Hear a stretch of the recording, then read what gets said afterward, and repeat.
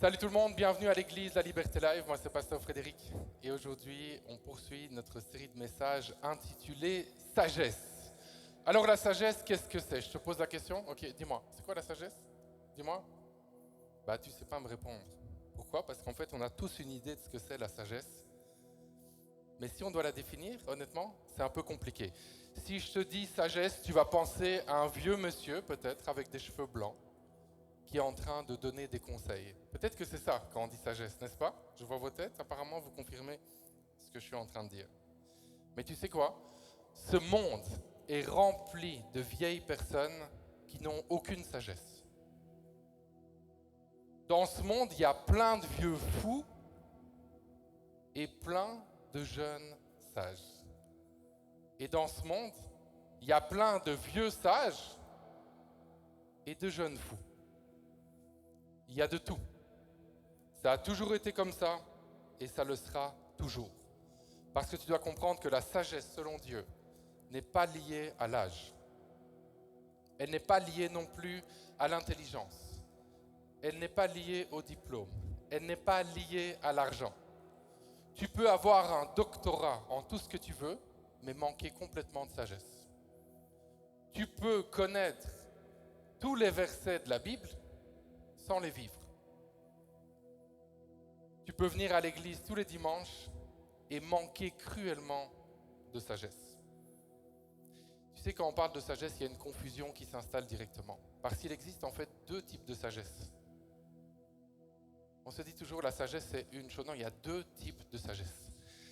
Il y a la sagesse des hommes et il y a la sagesse de Dieu.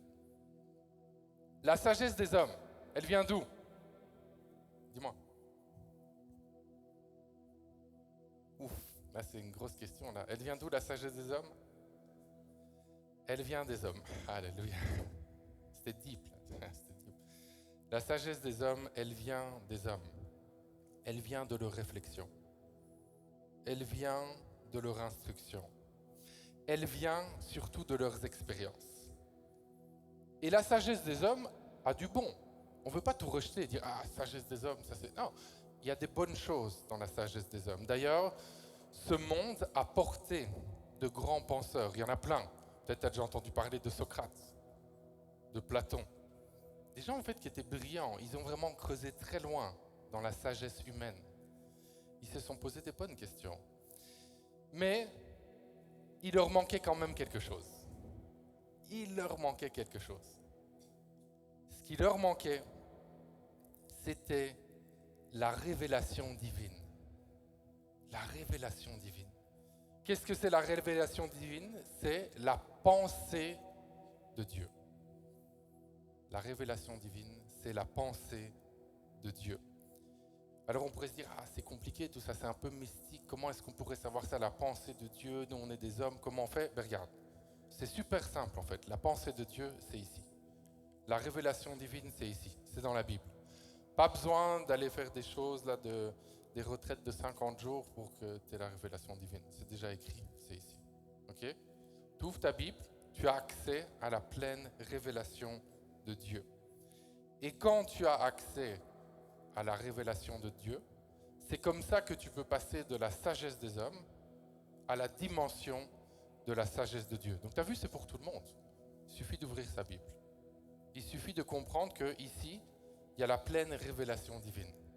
Tu ouvres ta Bible, tu lis, et tu peux passer de la dimension de la sagesse des hommes à la dimension de la sagesse de Dieu. Donc, si tu prends des notes, manifester la sagesse de Dieu, c'est voir la vie comme Dieu la voit et choisir de vivre comme Dieu le veut. C'est juste ça. Pas si compliqué finalement. Maintenant qu'on a compris qu'on pouvait, grâce à la Bible, voir la vie comme Dieu la voit. Manifester la sagesse de Dieu, c'est voir la vie comme Dieu la voit et choisir de vivre comme Dieu le veut. Et tout prend son sens ici, un passage dans Ésaïe 55, versets 8 et 9, où Dieu parle. Il dit, « Car mes pensées ne sont pas vos pensées, et vos voix ne sont pas mes voix.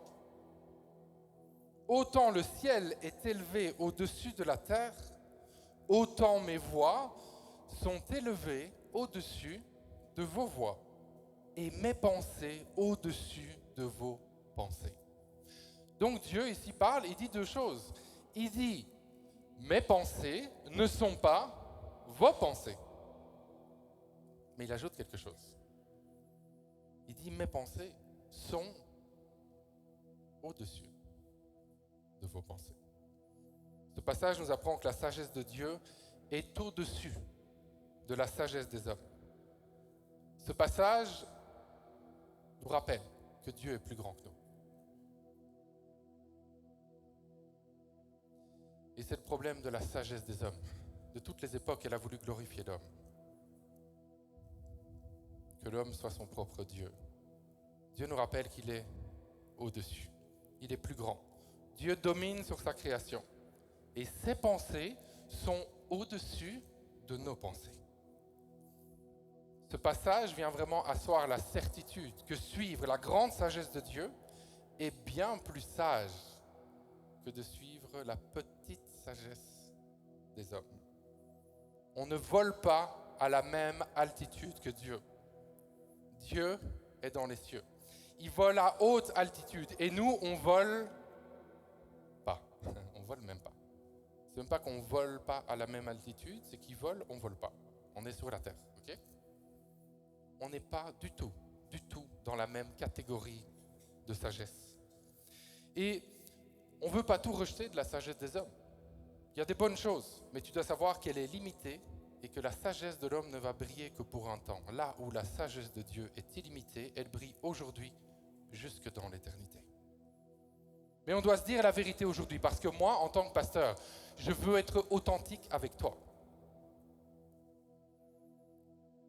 Nous les pasteurs, et je m'inclus, on a cette tendance à vous enseigner des choses comme si tout était facile à vivre et comme si tu allais mener la vie parfaite toujours. Comme si jamais tu allais pécher. Et alors tu pars de l'église avec un lourd fardeau. C'est le fardeau de la perfection et de tout faire parfaitement. Et si tu n'y arrives pas, tu vas te sentir disqualifié et tu vas peut-être même t'éloigner de l'église et de la foi et de Dieu. Parce que tu vas dire, moi j'y arrive pas, ils y arrivent tous, le pasteur y arrive, tout le monde y arrive. Parce que bien sûr, dans l'église, tout le monde est parfait, n'est-ce pas? Personne ne fait jamais de péché ici non plus, hein, n'est-ce pas? Mais c'est n'importe quoi, on ne peut pas vivre comme ça. Si moi je vous enseigne toujours des choses et que je fais peser sur vous le poids de la perfection et que moi-même en tant que pasteur, moi je suis parfait dans toutes mes voies tous les jours, mais rapidement tu vas te sentir disqualifié. Tu vas dire mais moi j'ai pas ma place ici, ils sont tous parfaits ici. Et moi j'y arrive pas toujours. Donc je comprends cette réalité et je veux être authentique avec toi aujourd'hui. Et je veux te dire que renoncer à la sagesse des hommes pour suivre la sagesse de Dieu, c'est pas facile. C'est pas facile. Parce qu'ici, c'est pas un exposé théorique. Moi, je suis pas un prof d'université. Hein? Donc, je dois te le dire, ce n'est pas facile de renoncer à notre sagesse pour suivre la sagesse de Dieu. Pourquoi c'est pas facile? Parce qu'en fait, on vient renoncer à ce que nous, on veut faire pour se battre pour faire ce que Dieu veut faire avec nous. Et ça, c'est compliqué. C'est compliqué.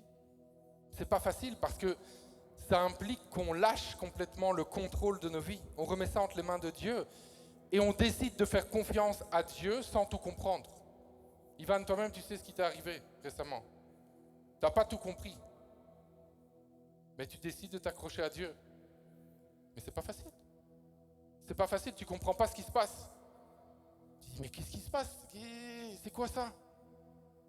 Mais tu décides quand même de t'accrocher à Dieu. Tu es là aujourd'hui. C'est ça. Tu ne comprends pas tout, mais tu es là. Et c'est ça la foi authentique. On ne comprend pas tout. On peut partager nos doutes. On peut dire que parfois on n'y arrive même pas. Mais il faut comprendre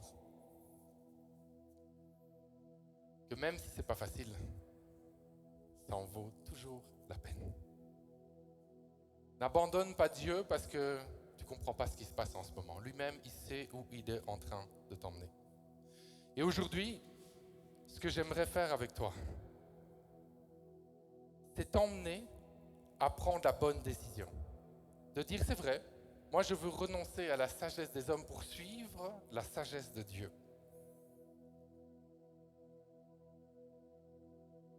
La sagesse de Dieu, c'est la seule qui va te permettre de prendre des bonnes décisions.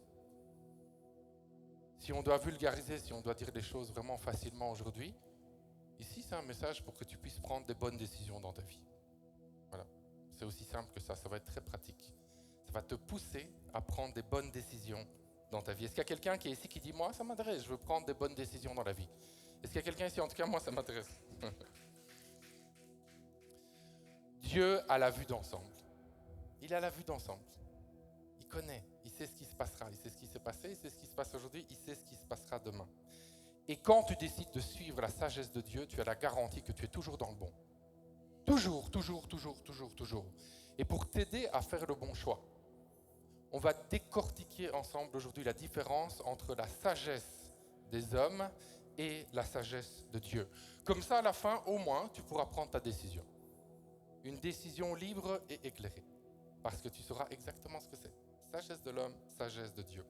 Est-ce qu'il y a quelqu'un qui est prêt pour plonger plus en profondeur dans ce message? T'es prêt? Fais du bruit, dis quelque chose. Je vois que je m'adresse à quelqu'un. Sagesse de l'homme, sagesse de Dieu. Deux visions. La tienne ou celle de Dieu? La sagesse de l'homme, elle vient de l'homme. Elle vient de son expérience. Elle vient de son enseignement. Elle vient de tout ce qu'il a pu voir, les rencontres qu'il a pu faire. Et la sagesse de l'homme va s'appuyer beaucoup sur sa logique. Tu vois, une image pour te faire comprendre à quoi tu as accès avec la sagesse de l'homme, c'est comme quand tu regardes par la fenêtre. Tu regardes par la fenêtre, tu vas voir la réalité de ce qu'il y a par la fenêtre. Mais tu vas voir juste une partie de la réalité qui existe dans sa globalité. Parce que tu vois juste ce qu'il y a par la fenêtre.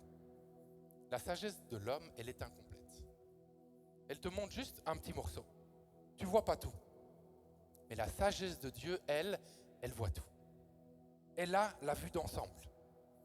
Et on peut la connaître très facilement, j'insiste. C'est ici. C'est écrit dans la Bible. Arrêtons de courir les révélations, s'il vous plaît. Combien de fois je reçois des messages sur les réseaux sociaux, « Pasteur, avez-vous une parole pour moi ?» Ben oui, j'en ai une. Va lire ta Bible. Mais oui. En fait, on est tellement des fainéants de manière générale. On ne veut pas lire notre Bible, on attend que quelqu'un vienne dire quelque chose. Et en fait, ce qui se passe avec ça souvent, on vient chercher des paroles, mais peut-être qu'une sur deux, c'est à côté de la plaque et ça ne vient même pas de Dieu. Et on vient bâtir nos vies sur les révélations que des personnes ont pour nos propres vies, alors que peut-être qu'une fois sur deux, c'est n'importe quoi. Alors qu'ici, c'est jamais n'importe quoi. Ici, c'est clair, c'est structuré, et ça ne se contredit pas. Alors comprends ceci. La sagesse de Dieu t'emmène dans une autre dimension. Regarde, tu veux guider ta vie. Imagine, c'est comme si tu es dans une voiture, tu es en train de conduire, il y a du brouillard, tu vois juste à 10 mètres. Ça, c'est ton jugement, 10 mètres. Après, Dieu, lui, non seulement il connaît toute la route, il connaît tous les obstacles, il connaît la destination et c'est le maître du brouillard. Donc tu vas suivre qui? Toi, tu es là, tu vois à 10 mètres? Ou alors Dieu, qui contrôle toutes choses, qui connaît la route, les obstacles et qui connaît déjà la destination. Tu fais confiance à qui? La sagesse de Dieu nous aide à prendre chaque fois la meilleure décision. Parce qu'avec notre propre sagesse, on a juste une petite portion de la réalité. Mais avec la sagesse de Dieu, on a accès à la vue d'ensemble. Regarde par exemple, tu reçois une proposition d'emploi bien payée. Peut-être que toi, tu cherches un emploi depuis longtemps. Et là, on te fait finalement une offre. Tu l'examines avec la sagesse de l'homme. Tu te dis ceci. Ok, j'ai reçu une proposition. Tu regardes, tu dis ok. Le salaire, alléluia. Ça, c'est un salaire. Jamais je me serais dit que je pourrais avoir un salaire comme ça, incroyable. Le titre, wow. On va m'appeler comme ça. Ça, c'est bon, ça. J'ai jamais eu un titre comme ça. Les conditions de travail sont bonnes. Ok, je fonce, je dis oui tout de suite. Je dis oui, je fonce. Ça, c'est sagesse de l'homme. Quelques petits éléments, on s'engouffre dans une décision. Maintenant, sagesse de Dieu. Si tu fais intervenir la sagesse de Dieu dans cette décision, tu vas voir les choses différemment. Pourquoi ? Parce que tu vas utiliser la pleine révélation de Dieu et la proposition d'emploi, tu vas la faire passer sous le filtre de la parole de Dieu. Est-ce que accepter ce poste là-bas, c'est compatible avec tout ce que je vois ici ? Peut-être que tu vas te rendre compte que si tu dis oui, tu arrives dans un environnement extrêmement corrompu. Extrêmement. Et tu sais d'avance que si tu acceptes le poste, toi-même, tu vas devoir accepter des choses que tu ne devrais pas accepter. Peut-être que tu te rends compte que rentrer là, ça va te créer beaucoup plus de problèmes que de ne pas avoir d'emploi aujourd'hui. Ça, tu vas faire passer cette proposition d'emploi au filtre de la parole de Dieu. La sagesse de Dieu, tu la trouves dans la Bible, mais tu la trouves aussi parce que Dieu est vivant dans des choses que lui peut te révéler. Parce que cet emploi va peut-être te mener à la dépression. Parce que cet emploi va peut-être te mener jusqu'à la mort. Et là, tu comprends à ce moment-là que le bon choix, c'est de dire non. C'est de t'enfuir. Donc là où la sagesse de l'homme applaudit et dit « Oui, c'est l'occasion de ta vie », la sagesse de Dieu dit « Non, tu vas mourir ». Et c'est exactement ce que dit Proverbe 14, 12. On va le lire ensemble. Proverbe 14, 12. Bien des hommes pensent être sur le bon chemin. Ça, c'est bon salaire, bon titre. Et pourtant, ils se trouvent sur une voie qui finalement mène à la mort. Sagesse de l'homme, sagesse de Dieu. La sagesse de l'homme mène à la mort, là où la sagesse de Dieu mène à la vie. Sagesse de l'homme, sagesse de Dieu, deux buts. Impressionner ou durer. La sagesse des hommes, elle nous pousse à réussir selon les critères de ce monde, à être en fait admiré par les autres. On veut être quelqu'un, comme on dit. T'as déjà vu ça, hein ? Dans les films, moi je veux être quelqu'un, puis la personne elle s'engage dans une lutte pour devenir quelqu'un. La sagesse des hommes, en fait, c'est centré sur nous. Et ce qui occupe toutes nos pensées, c'est comment est-ce que je peux avoir plus ? Comment est-ce que je peux monter encore plus haut ? Peu importe là où tu arrives, tu veux aller plus loin. Tu veux monter plus haut. Tu veux être au top. Et si tu réfléchis, tout tourne autour de toi. C'est juste à propos de toi. La sagesse de Dieu, c'est différent. Elle nous pousse à accomplir la volonté de Dieu. C'est très différent. Elle pose une autre question. Comment, par mon obéissance, je peux faire avancer le royaume de Dieu ? Est-ce que tu vois à quel point c'est l'opposé ? D'un côté, c'est all about me. C'est moi, moi, moi et encore moi. De l'autre, c'est comment est-ce que par mon obéissance, je peux faire avancer le royaume de Dieu ? Tu vois, c'est comme deux personnes qui construisent un immeuble. Décidément, aujourd'hui. T'as le premier, il va vite. Et c'est impressionnant. Et tout le monde dit « Waouh, franchement, c'est tellement bien !» Pendant que l'autre, on ne voit rien du tout. Et le premier, ça va tellement vite, il y a l'immeuble qui sort de terre et tout, c'est comme « Waouh, incroyable !» Mais quand tu te rapproches, tu vois qu'il a construit en carton. Donc impressionnant de loin, mais quand tu te rapproches, tu vois que c'est pas solide ça. Par contre, l'autre, l'image de la sagesse de Dieu, il ne se précipite pas. D'abord, il construit des fondations très solides et il creuse. Et il creuse, et il creuse, et il creuse. Et tout le monde est en train d'applaudir celui qui a l'air de réussir. Mais le jour où la tempête vient, C'est vrai qu'il y en a un, ça a mis plus de temps. Mais finalement, son immeuble est sorti du sol. Le jour où la tempête vient, c'est quel immeuble qui va être complètement détruit? C'est l'immeuble, bien sûr, qui a été construit en carton. La sagesse humaine investie pour impressionner. Là où la sagesse de Dieu investit pour durer. Alors pose-toi la question. Est-ce que tu es dans une course pour impressionner les autres?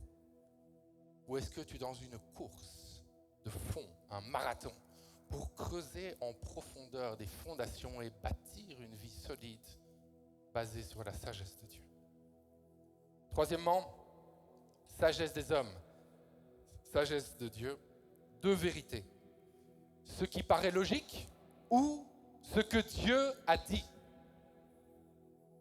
La sagesse humaine se base sur ce qui semble logique ou efficace aux yeux des hommes. Mais ce qui marche aujourd'hui sera probablement dépassé demain. La science évolue, la société évolue, les modes aussi, tout évolue.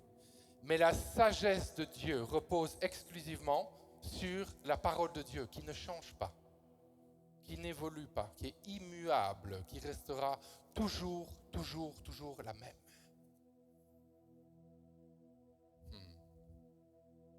Même quand elle paraît insensée, elle reste vérité. 1 Corinthiens 1, 25.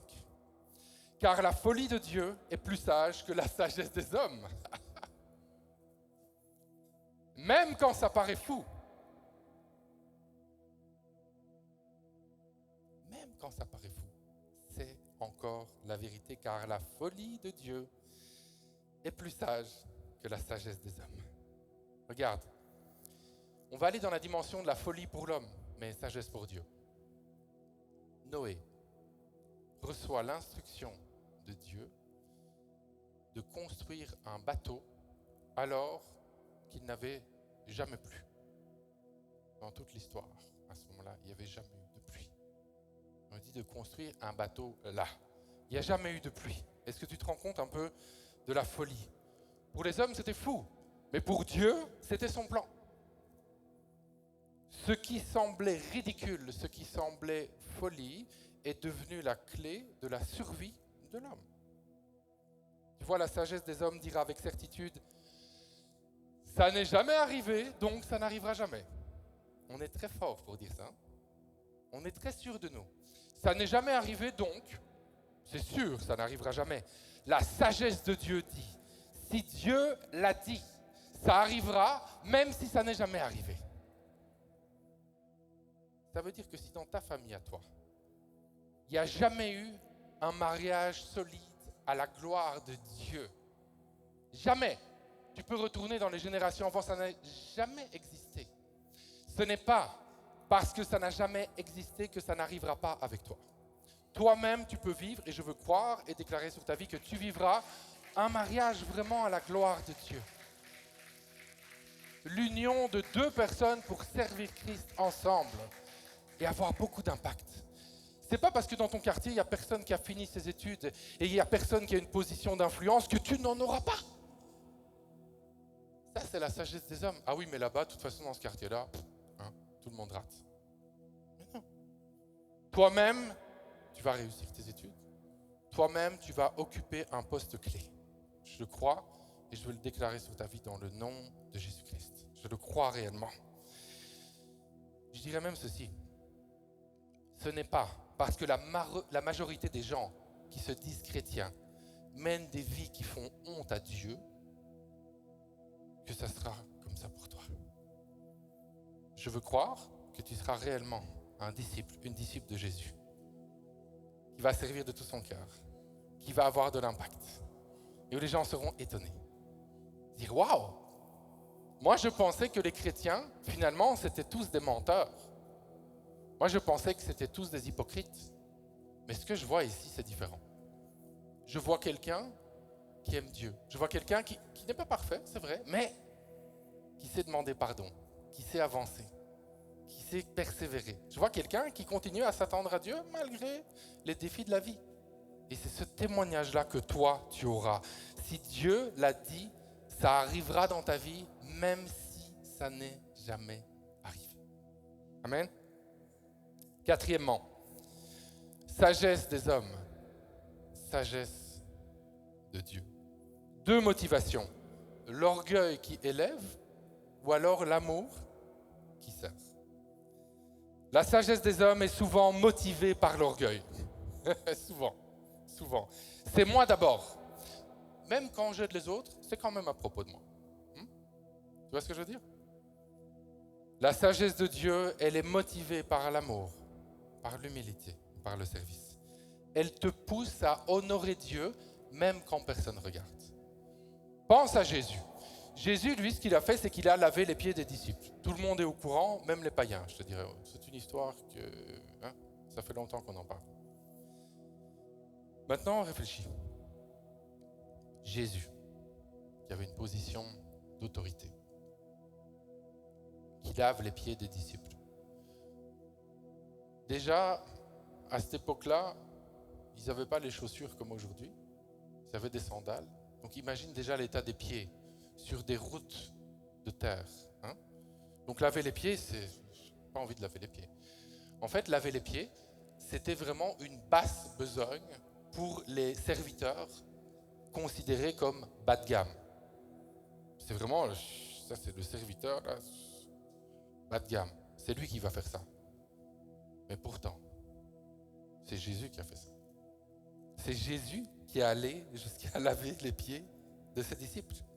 Parce qu'en fait, pour Jésus, faire ça, ce qui était considéré comme une basse besogne, c'était ça la pleine expression de la grandeur selon la sagesse de Dieu. La grandeur, selon Dieu, repose sur le service. Que la sagesse des hommes ne te trompe pas. La vraie grandeur, c'est de servir. Laisse-moi te parler de quelqu'un, une femme de l'église qui s'appelle Evelyne. On va voir sa photo. Est-ce qu'on voit sa photo qui s'affiche? Pas celle-là, celle d'avant, merci. Voilà. Evelyne, pour te donner un indice ici, en vert. Ok? Tu vois? Ok. Evelyne, ça fait quand même longtemps maintenant qu'elle est à l'église, ça fait plusieurs années. Si tu cherches Evelyne, tu viens le dimanche quand il n'y a personne, elle est en train de balayer. Elle est en train de laver. Voilà, c'est ce qu'elle fait.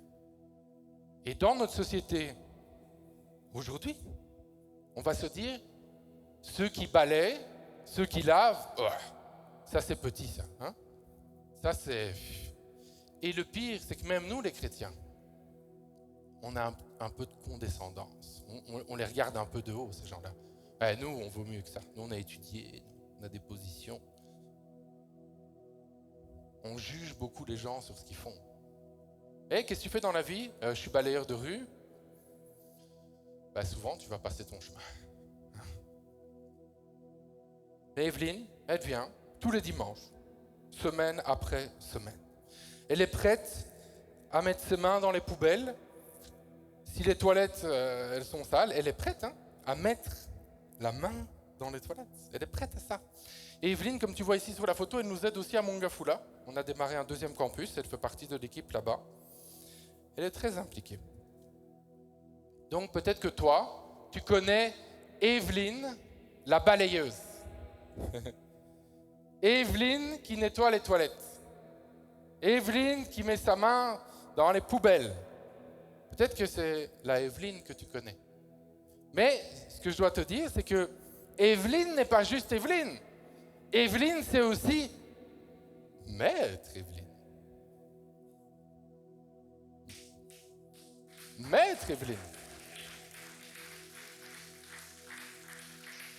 Maître Evelyne, qui est, en fait, si tu creuses un peu dans sa vie, c'est une brillante avocate et elle milite contre les violences faites aux femmes. La vraie grandeur, c'est le service.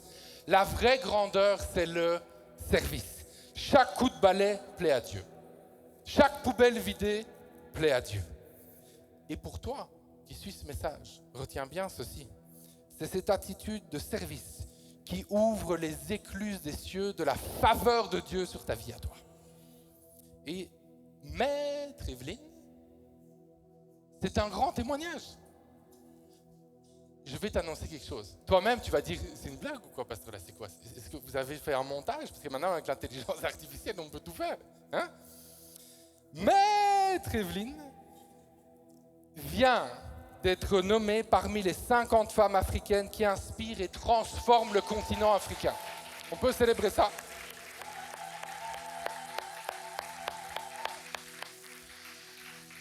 Nommée parmi les 50 femmes africaines qui inspirent et transforment le continent, à côté de grandes dames comme la première ministre de la RDC, par exemple. Quand même.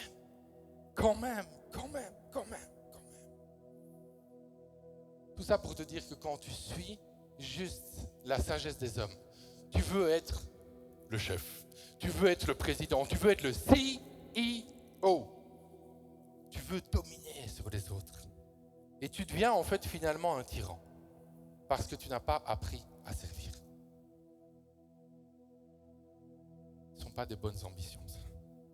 Sache que quand tu suis et tu poursuis la sagesse de Dieu, tu veux servir sur la durée là où il y a un besoin. Tu ne regardes pas à toi, tu regardes là où est le besoin. Et tu sers. Qu'on te regarde pas, qu'on t'applaudisse pas. Tu continues à servir. Et c'est à ce moment-là que Dieu t'élève en te confiant plus. Parce qu'il sait que tu ne seras pas un tyran. Il sait que tu seras quelqu'un de responsable, qui va être au service des autres. Cinquièmement, sagesse des hommes, sagesse de Dieu. 2 destinations. Devenir ton propre Dieu ou suivre Jésus-Christ. La sagesse humaine te pousse à devenir ton propre Dieu. Tu fixes les règles. Tu décides seul de ce qui est bon ou pas pour toi. Le bien, le mal, c'est à toi de décider. Tu places ta confiance dans ton propre jugement. C'est un peu l'histoire d'Adam et Ève. Vouloir être comme Dieu les a en fait éloignés de Dieu. La sagesse humaine te pousse à devenir ton propre Dieu, alors que la sagesse de Dieu te pousse à suivre Jésus-Christ. La sagesse de l'homme te pousse à vouloir être ton propre Dieu, alors que la sagesse de Dieu te pousse à suivre Jésus. La sagesse de Dieu te pousse à reconnaître que tu en as fait des bêtises, que tu as besoin de pardon, que tu ne peux pas continuer comme ça dans la vie, que ce n'est pas parce que toi tu t'es auto-justifié que tu arrives à bien dormir. Que ce n'est pas parce que tu dis oh, ça va, c'est bon, c'est pas grave, que ta conscience, ça ne te condamne pas. La sagesse de Dieu te pousse à reconnaître que tu es pécheur et que tu as besoin d'une solution. Tu as besoin en fait d'un sauveur. La sagesse de Dieu te pousse à reconnaître que Jésus-Christ est le chemin, la vérité et la vie. Il est le chemin sûr, il est la vérité qui ne change pas, il est la vie qui ne termine pas. Ça, c'est la sagesse de Dieu. Il y a un moment où ça te saute aux yeux. La sagesse de Dieu te pousse vers Jésus. La sagesse de Dieu te pousse à placer toute ta confiance en Jésus-Christ. Et alors que tu le fais, alors que tu places toute ta confiance en Jésus-Christ, tu reçois le pardon de tous tes péchés. Ce poids disparaît. Et tu reçois aussi l'accès à la vie éternelle, qui commence dès aujourd'hui. Ça, c'est la sagesse de Dieu en action dans ta vie. En conclusion, je veux te dire ceci. La sagesse de Dieu, rappelle-toi, c'est la capacité à prendre de bonnes décisions pour ta vie. Des décisions, en fait, qui te conduisent à marcher dans ta destinée. Sache que Dieu a des plans taillés sur mesure pour toi. Sur mesure. Il y a des plans pour toi, peu importe qui tu es, peu importe d'où tu viens, peu importe ce que tu as, peu importe ce que tu n'as pas, peu importe ton âge. Ah, moi je suis trop vieux, moi je suis trop vieille, c'est pas vrai. Il y a encore des choses que Dieu veut faire avec toi. La sagesse de Dieu te pousse à prendre des bonnes décisions qui te conduisent à vivre les plans de Dieu pour ta vie. Et la première de toutes ces décisions, c'est de décider de suivre Jésus. On l'a vu, tu reçois le pardon de tes péchés, tu reçois l'accès à la vie éternelle. Et c'est gratuit, pourquoi ? Parce que Jésus a payé le prix à ta place. Quand il est mort à la croix, et ensuite il est ressuscité. Il a payé le prix à ta place pour qu'aujourd'hui, en plaçant tout simplement ta confiance en lui, tu reçois le pardon des péchés et tu reçois accès à la vie éternelle. Donc ça, c'est la première décision que tu dois prendre. Décider de suivre Jésus ou pas. J'espère que tu vas prendre la décision de suivre Jésus. Mais tu sais, le problème, souvent, en tant que chrétien, on pense que parce qu'on a décidé de suivre Jésus, c'est bon, tout est réglé. Pour nos vies, là, c'est bon. Ça, c'est la première décision. Mais après, il y a plein de décisions que tu dois prendre dans la vie. Il y a des chercheurs qui disent que tous les jours, on prend environ 35 000 décisions. T'imagines ? 35 000 décisions tous les jours. Ça va de choses très simples, du genre, ok, je bois quoi ? De l'eau ou du thé ? Bon. Mais il y a aussi des décisions qui ont la capacité de bouleverser ta vie. Du genre, je me marie avec qui ? Avec lui ? Avec lui ? Avec elle ? Avec elle. Hein ? Il faut que tu arrives à un moment dans ta vie où tu dis, ces 35 000 décisions, je veux les prendre avec la sagesse de Dieu. Je veux rien laisser au hasard. Pourquoi prendre des décisions avec la petite sagesse de l'homme, qui est faible et limitée, alors que j'ai accès à la pleine sagesse de Dieu qui est illimitée et qui me conduit à vivre les plans parfaits que Dieu a prévus pour ma vie. La sagesse de Dieu connaît les conséquences et elle te garde. Elle t'emmène à vivre dans les chemins parfaits que Dieu a tracés pour ta vie. Et je vois quelqu'un qui doit recevoir ces paroles-là. Oui, il y a vraiment un plan pour ta vie à toi. Moi, je vois ces paroles de destruction qui sont prononcées sur ta vie. Je vois même des gens de ta famille qui te disent des choses tellement méchantes, blessantes. Et toi-même, tu commences à croire que tu n'arriveras à rien. Mais Dieu a un plan extraordinaire juste pour toi. C'est extraordinaire, l'amour de Dieu, la bienveillance de Dieu, la bonté de Dieu pour toi. Peu importe ce que les gens de ta famille disent, je trouve ça magnifique. Il y a des plans parfaits pour ta vie. Proverbe 3, versets 5 et 6, une invitation. Confie-toi en l'Éternel de tout ton cœur et ne t'appuie pas sur ton intelligence. En gros, choisis la sagesse de Dieu et ne t'appuie pas sur la sagesse des hommes. Reconnais-le dans toutes tes voies, c'est-à-dire choisis la sagesse de Dieu dans tout ce que tu vas faire. Et il aplanira tes sentiers. Je ne sais pas s'il y a quelqu'un qui a besoin que le Seigneur se lève dans sa vie pour aplanir ses sentiers, mais ce que je sais, c'est que moi j'en ai besoin.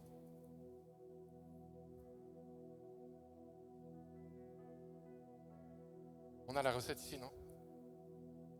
Confie-toi en l'Éternel de tout ton cœur. Ne t'appuie pas sur ton intelligence. Reconnais-le dans toutes tes voies. Et il aplanira tes sentiers à toi aussi. Moi, je veux t'inviter aujourd'hui à prendre cette décision, de marcher dans la sagesse de Dieu.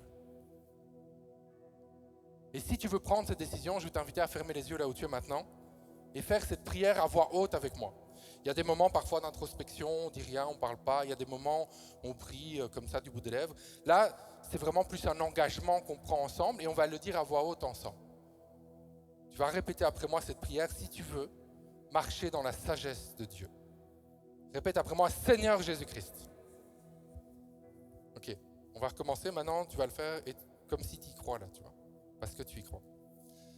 Seigneur Jésus-Christ, je refuse de vivre selon ma sagesse, selon la sagesse de mes parents, de mes ancêtres. Je choisis de vivre selon la sagesse de Dieu. Je choisis de chercher sa parole. Je choisis de lire ma Bible chaque jour, d'écouter la voix de Dieu et d'appliquer sa sagesse à ma vie. Je prie ça dans le nom de Jésus-Christ. Amen. Et je veux également donner l'occasion à quelqu'un qui est venu ici et qui dit « Moi, je veux décider aujourd'hui là de suivre Jésus. Parce que je me rends compte que c'est le chemin, c'est la vérité, c'est la vie. C'est lui qui pardonne tous mes péchés, peu importe ce que j'ai pu faire encore peut-être hier soir, c'est lui qui pardonne mes péchés. C'est lui qui me donne accès à la vie éternelle. Si quelqu'un ici veut accepter Jésus, de le suivre, tu peux lever la main là où tu es. Si tu nous suis en ligne, Tu vas juste écrire Jésus dans un commentaire. Si tu veux décider de prendre la décision de suivre Jésus, tu peux lever la main ou tu peux écrire Jésus dans un commentaire. Ok, vous pouvez baisser la main. Seigneur Jésus-Christ, je te bénis. Je suis reconnaissant pour ces personnes qui prennent cet engagement aujourd'hui de te suivre. Il y a une grande délivrance pour chaque personne qui décide de suivre Jésus. C'est une délivrance qui est intégrale, mais qui comprend aussi la délivrance mentale de la sagesse des hommes, pour se connecter à la sagesse de Dieu. Merci Seigneur pour ceux qui ont pris cette décision de te suivre, qui reçoivent maintenant le pardon des péchés, qui reçoivent maintenant l'accès à la vie éternelle, qui reçoivent le don du Saint-Esprit. Seigneur, tu transformes leur vie. Tu viens siéger, tu viens habiter, tu viens prendre ta place dans leur vie. Et je prie, Seigneur, qu'à partir d'aujourd'hui, ils soient reconnus comme des personnes sages selon Dieu. Seigneur, je te prie pour notre Église. On a fait cette prière tous ensemble. On veut être connectés à la sagesse de Dieu. On en a marre de tourner en rond.